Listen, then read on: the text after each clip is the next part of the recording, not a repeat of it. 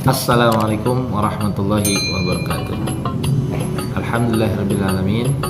Salatu wassalam ala asrafil anbiya wal mursalin Sayyidina wa maulana Muhammadin wa ala alihi wa sahbihi ajma'in. Rabbi israh li sadri wa yassir li amri wahlul 'uqdatam min lisani yafqahu qawli. Qala Allah ta'ala fi kitabil karim, a'udzu billahi minasyaitonir rajim. Bismillahirrahmanirrahim. Ara'aital ladzi yukadzibu bid-din fadzalikal ladzi yad'ul yatim wa la yahuddu 'ala ta'amil miskin fawailul lil musallin alladzina hum an salatihim sahun alladzina hum yura'un wa yamna'unal ma'un. Anak-anak sekalian, kelas 1 sampai kelas 6 MI Mazharatul Ulum, insyaallah semuanya dalam keadaan berpuasa.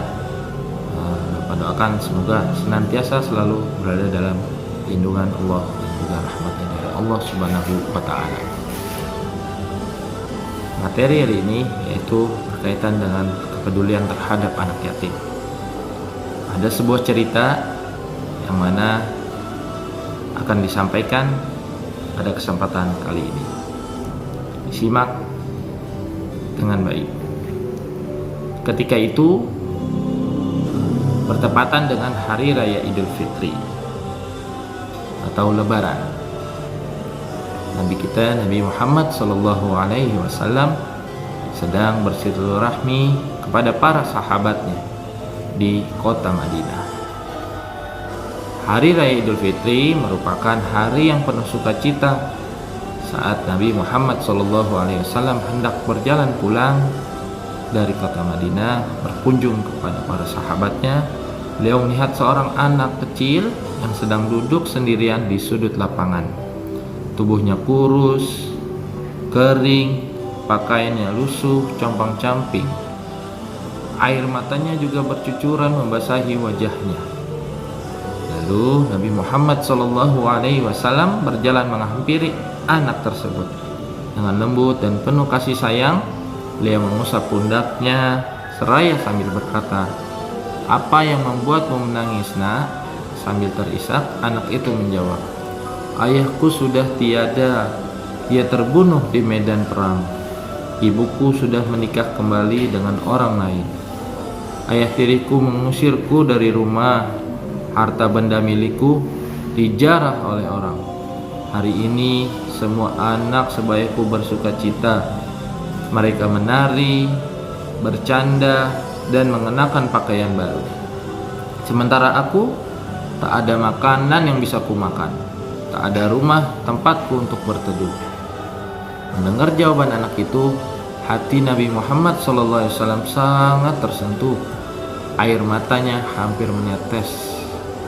Namun beliau berusaha untuk tetap tegar dan juga tersenyum.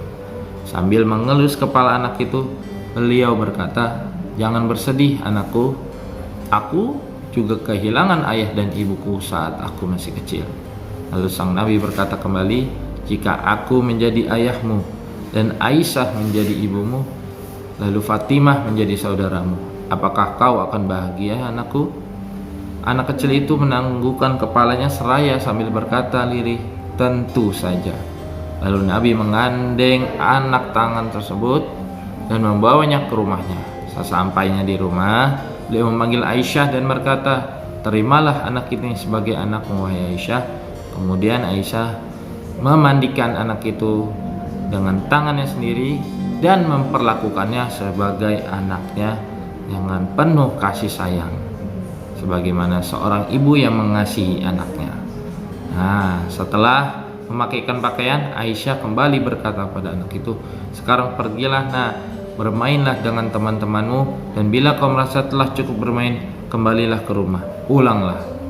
Si anak pergi ke lapangan dengan wajah senang, wajah berseri-seri, meloncat-loncat penuh kegembiraan. Teman-temannya sedang bermain di lapangan dan mereka heran. Yang tadinya si anak merasa sedih, bajunya lusuh, compang-camping, lalu si anak telah berubah secara drastis. Lalu teman-teman menghampiri anak tersebut dan bertanya, "Apa yang terjadi pada dirimu?" Anak itu menceritakan bahwa, "Aku bersama Nabi Muhammad SAW dan telah diterima menjadi anaknya. Setelah mendengar cerita itu, teman-temannya berkata, alangkah beruntungnya dan bahagianya kamu memiliki ayah seorang Nabi Muhammad SAW. Lalu apa yang terjadi? Anak itu bermain, anak itu merasa bahagia, gembira, senang, ya, karena telah menjadi anak angkat dari Nabi Muhammad SAW yang penyayang. Lalu Nabi Muhammad SAW merawat anak tersebut hingga wafat. Anak-anak sekalian, sebagaimana yang diriwayatkan oleh Imam Bukhari, yaitu Nabi Muhammad SAW bersama dengan orang yang menyayangi anak yatim ibarat dua buah jari telunjuk dan juga jari tengah di surga nanti. Masya Allah, ya, sangat dekat berdampingan. Oleh karena itu, pesan yang kalian bisa kalian dapatkan yaitu kalian harus menyayangi adik-adik kalian, menyayangi tetangga kalian, termasuk saudara muslim dan muslimah, ya, khususnya anak yatim. Itu kalian harus sayangi dan kalian kasihi, jangan dijauhi, tapi diajak bermain bersama, ya, supaya apa? Karena mereka merupakan orang yang kurang beruntung. Kita harus saling berbagi, kita harus saling memberi, niscaya membuat hati kita menjadi lebih bercahaya, juga menjadi dekat pada Allah Subhanahu wa taala.